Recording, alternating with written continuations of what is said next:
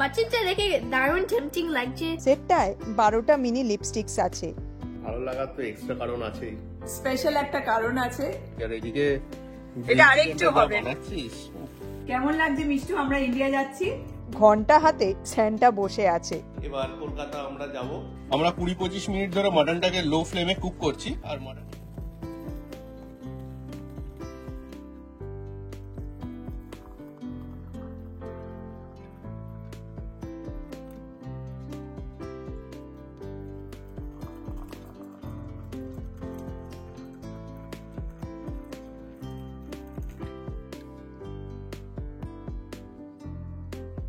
চা রেডি। এনে thank you.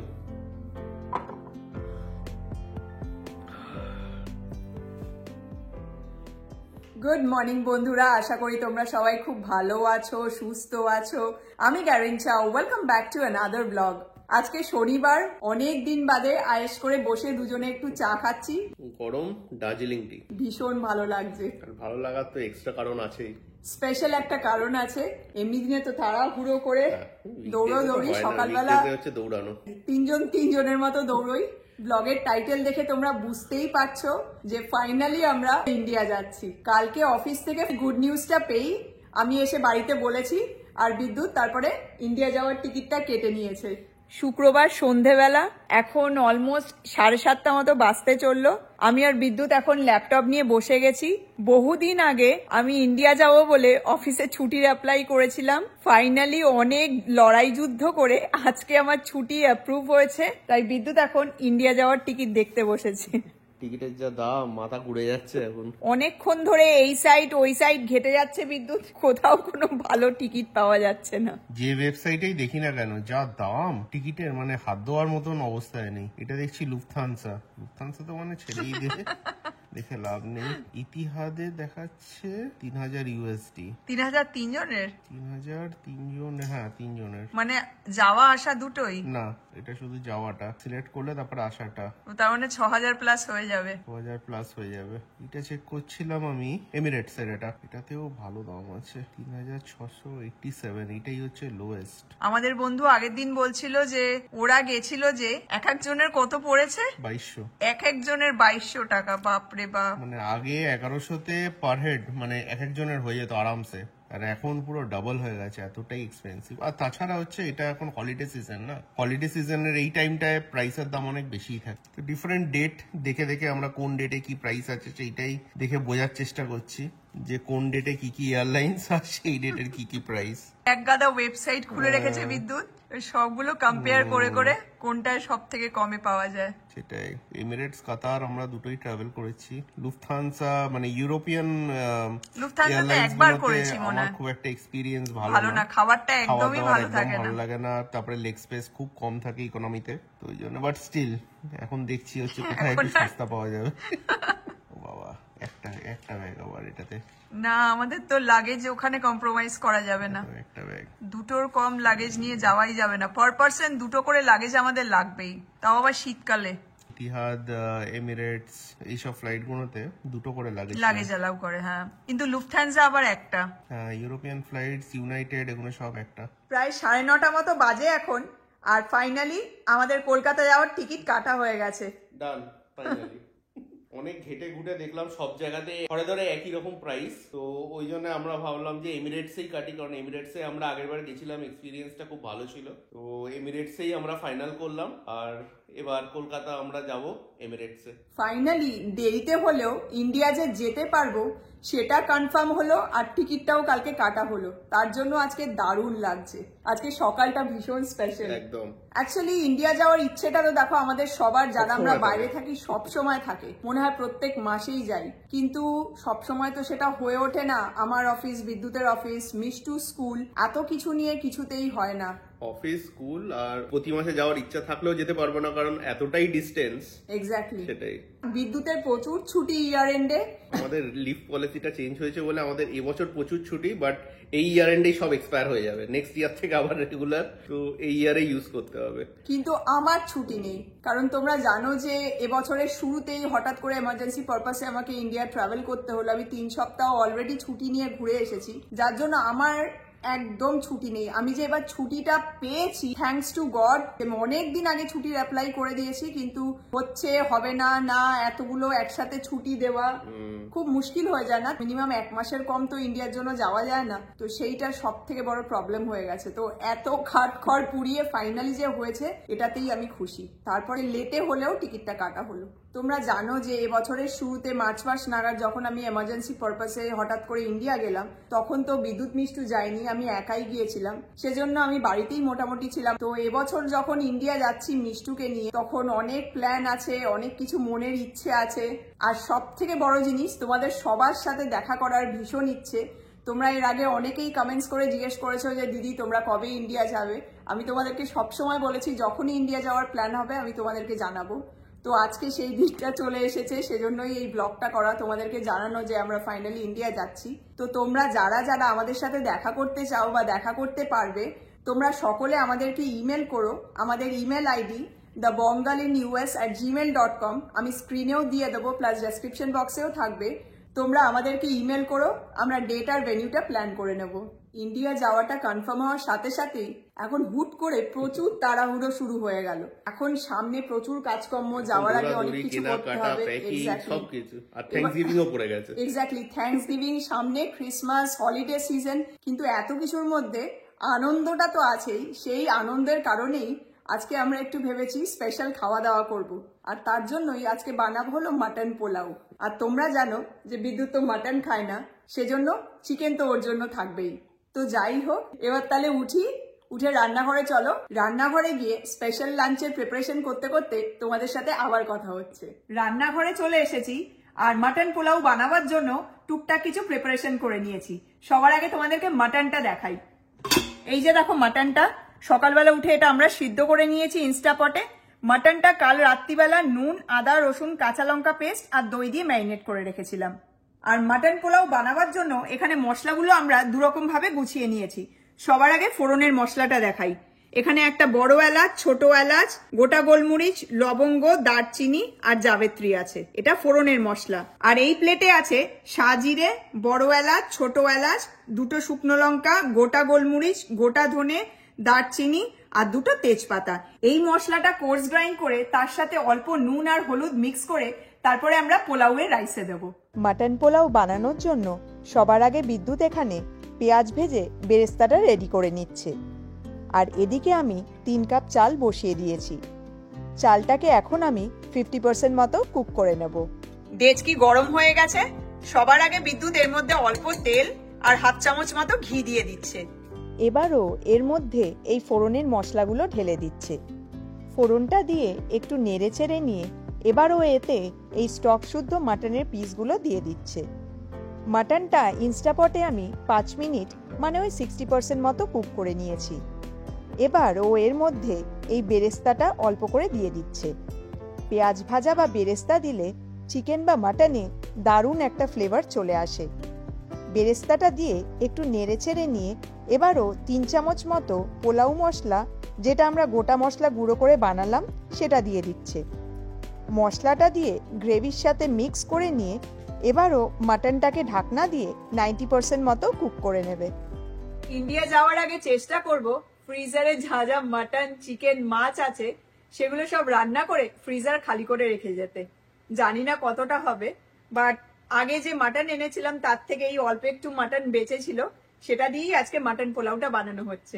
আমরা 20-25 মিনিট ধরে মাটনটাকে লো ফ্লেমে কুক করছি, আর মাটনটা এখন অলমোস্ট 90% ডান। মাটনটা কিন্তু দেখতে এখন দারুণ লাগছে, আর মাটন থেকে ভীষণ ভালো একটা গন্ধও বেরোচ্ছে। এবার 50% কুক করা এই বাসমতি রাইসটা বিদ্যুৎ মাটনের উপর ঢেলে দিচ্ছে।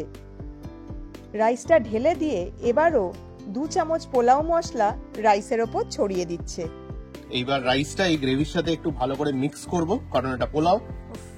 কালারটা দেখো কি দারুণ লাগছে। এই টাইমটাই হচ্ছে খুব ক্রিটিক্যাল। মানে হালকা হাতে করতে হবে যাতে রাইসটা ভেঙে না যায়। এবার রাইসের ওপরে ও অল্প করে বেরেস্তা ছড়িয়ে দিচ্ছে। এই মাটন পোলাও রান্নাটা কিন্তু খুব সহজ, খুব তাড়াতাড়ি হয়ে যায় আর খেতে দারুণ লাগে।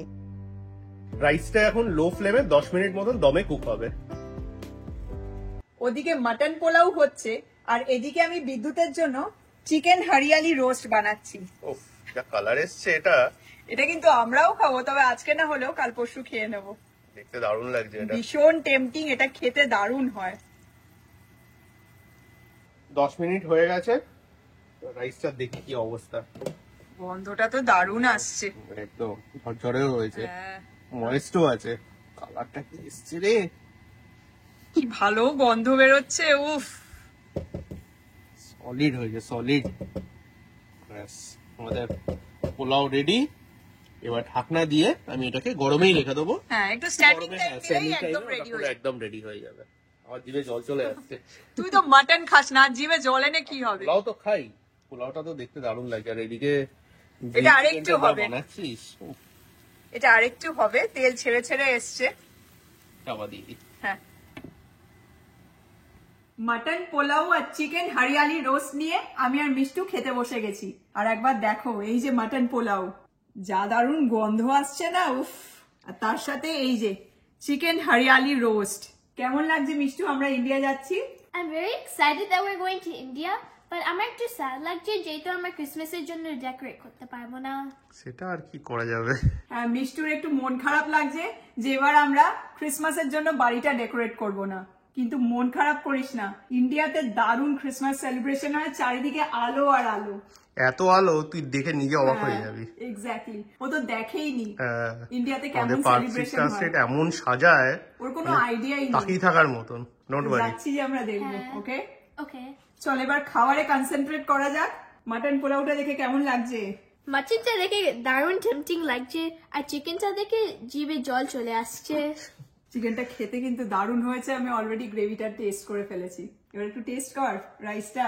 ও আগে মাটনটাই টেস্ট করবে, আমি জানি। কেমন? ভীষণ সফট আর টেস্টি লাগছে। ওটা চর্বি, মাটনটা জুসিও হয়েছে, দেখেই বোঝা যাচ্ছে। ভাল লাগছে? এবার একটু রাইসটা খেয়ে দেখ। ওকে, রাইসটা খুব ফ্লেভারফুল লাগছে। গন্ধটা দারুণ বেরোচ্ছে। তুই নে, খা এবার আস্তে তুই আস্তে, start আমি কর। একটু ট্রাই করি। হাতাগুলো একটু গুটিয়ে নি।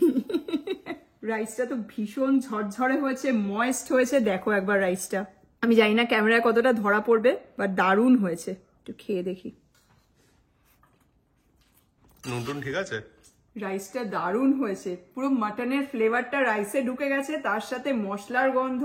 রাইসটা সুন্দর কুক হয়ে গেছে, ময়েস্ট, ভীষণ ফ্লেভারফুল হয়েছে, দারুণ লাগছে। রাইসটা এত টেস্টি হয়েছে। একটু মাটনটা খেয়ে দেখি। মাটনটা আমরা যখন ম্যারিনেট করেছিলাম তখনই নুন দিয়েছিলাম কিন্তু একটু বেশি করে, তারপরে আর রাইসে টাইসে আর দিইনি আমরা। আর যেহেতু দই দিয়ে ম্যারিনেট করা হয়েছে, দই দিয়ে ম্যারিনেট করে রাখলে চিকেন বলো মাটন বলো খুব সফট হয়ে যায়, দারুণ লাগছে। তো দেখো এই যে মাটন সুন্দর খুলে আসছে। দারুণ টেস্ট হয়েছে, একদম পারফেক্ট কুক হয়েছে মাটন, টু গুড হয়েছে, টু গুড। এবার একটু চিকেনটা খেয়ে দেখ। দাঁড়া খাচ্ছি। এই যে এখানে প্লেট। মাটন পেয়ে চিকেনের কথা আমার মনেই নেই। চিকেনটা দেখতেই এত টেম্পটিং লাগছে, আর ওপর দিয়ে এই বেরেস্তাগুলো দেওয়াতে উফ। চিকেন হরিয়ালি রোস্ট, গ্রেভিটা দারুণ হয়েছে, কাঁচা লঙ্কার ঝাঁজ আসছে, ঝালটা পারফেক্ট। আর দেখো চিকেন সুন্দর কুক হয়ে গেছে, চিকেন ময়েস্ট। এই দেখো সুন্দর একটা কড়া কড়া ভাবও আছে দারুণ। বাইরে। এটা ভাত, রুটি, পরোটা যে কোনো খাবার দিয়ে ভালো লাগবে। আর যেহেতু রোস্ট, এই যে দেখো চার মাংসগুলো চলে এসছে, এটার জন্য চিকেনে আরো অ্যাডেড টেস্ট চলে এসছে। আজকে সত্যি মনে হচ্ছে এটাও একটু খাই, এটাও একটু খাই, খুব টেস্টি হয়েছে। আমরা প্রায় সবাই বিরিয়ানি খেতে ভীষণ ভালোবাসি, সবসময় বিরিয়ানি খাবো করি, কিন্তু এই পোলাওটা অবশ্যই একবার বানিয়ে দেখো। এই পোলাওটা যা ভালো টেস্ট এসছে, এটা বিরিয়ানিকে টক্কর দেবে, এত ভালো লাগছে খেতে। আর যারা তোমরা বিরিয়ানি খেতে ভালোবাসো না গোলাপ জল আর কেওড়া জলের এসেন্সের জন্য বা ফ্লেভারের জন্য, তারা কিন্তু ডেফিনেটলি এই পোলাওটা বানিয়ে একবার খেয়ে দেখো, তোমাদেরও দারুণ লাগবে। নে তুই এবার চলে আয়, আমরা লাঞ্চটা সেরে ফেলি। একদম চলে আসছে। যাই হোক, আমরা চটপট লাঞ্চটা সেরে ফেলি, তারপরে আবার তোমাদের সাথে কথা হচ্ছে। খেয়ে দিয়ে উঠে আমরা বেরিয়ে পড়েছি। এই যে বিদ্যুৎ ড্রাইভ করছে, আর ওই যে পেছনে মিষ্টু বসে আছে। আমরা এখন যাচ্ছি আমাদের লোকাল শপিং মলে। এমনিতে আমরা মলে একদমই যাই না। সময়ের অভাবে আজকাল বাড়িতে বসেই অনলাইনেই সব কিছু কেনাকাটা সেরে ফেলি। তবে যেহেতু ইন্ডিয়া যাচ্ছি, হাতে তো আর একদমই সময় নেই। আর হলিডে সিজন বলে অনলাইনে কিছু অর্ডার দিলে আসতেও তো টাইম নেবে, তারপরে ফেরত দিতে হলে সেটার আরেক ঝামেলা। তাই এবার দোকানে গিয়েই বেশিরভাগ কেনাকাটা করার কথা ভাবছি। তবে যা যা জিনিস 2-3 দিন বা 1 সপ্তাহের মধ্যে গ্যারান্টিড ডেলিভারি দেবে, সেগুলো আমরা অনলাইনেই অর্ডার দিচ্ছি। চলে এসেছি মেসিসের ভেতরে, আর থ্যাঙ্কসগিভিং আর ব্ল্যাক ফ্রাইডে সেল অলরেডি শুরুও হয়ে গেছে। দেখো, লেখা আছে এখন থেকে নভেম্বর 30 অবধি ব্ল্যাক ফ্রাইডে সেল চলবে, তারপরে আবার শুরু হবে ক্রিসমাসের সেল। আমেরিকায় কেনাকাটা করার জন্য বছরের এই সময়টা হলো বেস্ট। দেখো, $40 ভিন্স ক্যামুটোর ভালো ভালো সোয়েটার পাওয়া যাচ্ছে। ভিন্স ক্যামুটো ভালো ব্র্যান্ড, ওদের জামা কাপড় জুতোর কোয়ালিটি খুব ভালো হয়। এখানে 50% অফে জ্যাকেটস প্যান্টস পাওয়া যাচ্ছে। জামা কাপড়, ইলেকট্রনিক্স, বাসনকোসন, ফার্নিচার, কসমেটিক্স সব কিছুতেই এত ভালো সব ডিলস থাকে যে দেখে মনে হয় সবই কিনে নিই। কিচেনের জিনিসপত্র দেখতে দোতলায় যাচ্ছি, আর দেখো ক্রিসমাস ট্রি দিয়ে এই জায়গাটা কি সুন্দর করে ডেকোরেট করেছে। দেখতে সুন্দর, তাই না? ভারী, ভারী, প্রচন্ড ভারী। দামটা দেখি দক্ষিণাটা 179। বাবা, 179 এটা 7 পিস ক্যালফালান। এইরকম তো দেখিনি কোনোদিন। এটা তো ফ্রাইং প্যান বুঝলাম, গ্লাস ঢাকনা নাকি? গ্লাস ঢাকনা, কিন্তু ঢাকনাটা এইরকম কেন? একটু অদ্ভুত দেখতে। এগুলো হলো ক্যালফালানের লেটেস্ট কুকওয়্যার, যেগুলো হার্ড অ্যানাডাইজড আর স্পেস সেভিং। একটার ওপর আরেকটা বাসন স্ট্যাক করে রাখা যাবে, সেজন্যই এরকম ডিজাইন। এই এয়ার ফ্রায়ারটা দেখ কি কিউট দেখতে। এটা আমরা নেবো, এটা খুব ছোট। এটা নিলে মিষ্টুর কিচেনে রাখতে হবে। কিনে নিয়ে তোর কিচেনে বসিয়ে দেবো, তুই কুকিং করবি, এর মধ্যে কিছুই আটবে না। মিষ্টু একটু আলু ভাজা বানাবে নিজের। একদম ছোট 2 কোয়ার্টার এয়ার ফ্রায়ার। ও, এটা ওই ডিজিটাল টাইমারের মতন। ঘন্টা বাজছে। এটা টেম্পারেচার নব বোধহয়। বেশ কিউট দেখতে। চলে এসেছি ম্যাকের কাউন্টারে, আর এখানে এলেই আমার চোখ সব সময় আটকে যায়। দেখো কি দারুণ দারুণ কালারের সব লিপস্টিক্স রয়েছে। আমরা মেয়েরা প্রায় সবাই লিপস্টিক পরতে ভীষণ ভালোবাসি। ম্যাকের এই মিনি লিপস্টিকের সেটটা একবার দেখো। সেটটায় 12টা মিনি লিপস্টিক্স আছে, আর লিপস্টিকগুলো রাখার জন্য এই গোল্ডেন বক্সটাও দিচ্ছে। দাম $100, মানে ওই 8,000 টাকা মতো হবে। আমি আগেরবার থ্যাঙ্কসগিভিংয়ে এরকম ম্যাকের লিপস্টিকের একটা সেট কিনেছিলাম। মিনি হলেও এগুলো ভ্যালু ফর মানি, একবার কিনলে বহুদিন চলে। এখানে এস্টেল লডারের ব্লকবাস্টার হলিডে সেটটা আছে। এর আগে আমি একটা ব্লগে তোমাদেরকে দেখিয়েছিলাম আমি এস্টেল লডারের কি কি বিউটি প্রোডাক্টস ইউজ করি। এটা কিনলে প্রায় আগামী 5-6 মাস আর কোনো বিউটি প্রোডাক্টস কিনতেই লাগবে না। মেসিস থেকে বেরিয়ে আমরা এখন মলের ভেতরে চলে এসেছি। মেসিস থেকে আমি কয়েকটা জিনিস কিনেছি, কিন্তু কাউন্টারে এত ভিড় ছিল তাই আর ক্যামেরা অনই করতে পারিনি। যা যা জিনিস কিনেছি সেগুলো আমি তোমাদেরকে পরের ব্লগে দেখাবো। যাই হোক, আমরা মলের গ্রাউন্ড ফ্লোরে চলে এসেছি, আর ওই দেখো ছোট্ট একটা কালারফুল টয় ট্রেন, কি সুন্দর দেখতে। এই টয় ট্রেনটা দেখে আমার ছোটবেলার কলকাতার ঝিলমিলে টয় ট্রেনে চড়ার কথা মনে পড়ে গেল। দেখো, ক্রিসমাসের জন্য ট্রেনটাকে সাজিয়েছে। এই ট্রেনটা বাচ্চাদের পুরো মলটা ঘোরায়, আর এই জায়গাটাও ক্রিসমাসের জন্য সুন্দর করে সাজিয়েছে। আসলে এখানে স্যান্টার সাথে ফ্যামিলি পিকচার্স তোলা যায়, তবে তোলার জন্য আগের থেকে অ্যাপয়েন্টমেন্ট নিতে হয়। আমরা বেশ কয়েক বছর ক্রিসমাসের আগে এখানে স্যান্টার সাথে ছবি তুলেছি, আর ওই যে ছবি তোলার জন্য ঘন্টা হাতে স্যান্টা বসে আছে। এই সময়টায় মলে এলে বা অন্য কোনো স্টোরে গেলেও ভীষণ ভালো লাগে। হলিডে সিজন তো, তাই পরিবেশটাই একদম অন্যরকম। হলিডে সিজন বলে এখন মলে বেশ ভালোই ভিড় আছে। যাই হোক, আমরা এখন মিষ্টুকে নিয়ে বার্নস অ্যান্ড নোবেলসে যাচ্ছি। এই বুক স্টোরটা ওর ভীষণ পছন্দ, স্টোরে বসেই বই পড়ে শেষ করে ফেলে, তাই এখন আমরা এখানে বেশ কিছুক্ষণ থাকবো। যাই হোক, আজকের ব্লগটা তাহলে এখন আমি এখানেই শেষ করছি। তোমরা কিন্তু কমেন্টস করে অবশ্যই জানিও যে আজকের এই ব্লগটা তোমাদের কেমন লাগলো। আর যদি ভালো লাগে তাহলে প্লিজ একটা লাইক করো। যারা এখনও সাবস্ক্রাইব করোনি প্লিজ সাবস্ক্রাইব করে দিও। আর তোমরা যে যেখান থেকে ব্লগগুলো দেখো, ফেসবুক হোক বা ইউটিউব, তোমাদের যদি ব্লগগুলো ভালো লাগে তাহলে প্লিজ একটু শেয়ার করো। তোমাদের সাথে খুব শিগগিরই দেখা হবে নতুন একটা ব্লগ নিয়ে। তোমরা সুস্থ থেকো, ভালো থেকো, সাবধানে থেকো, আমাদের সঙ্গে থেকো। Take care and thank you so much for watching. By.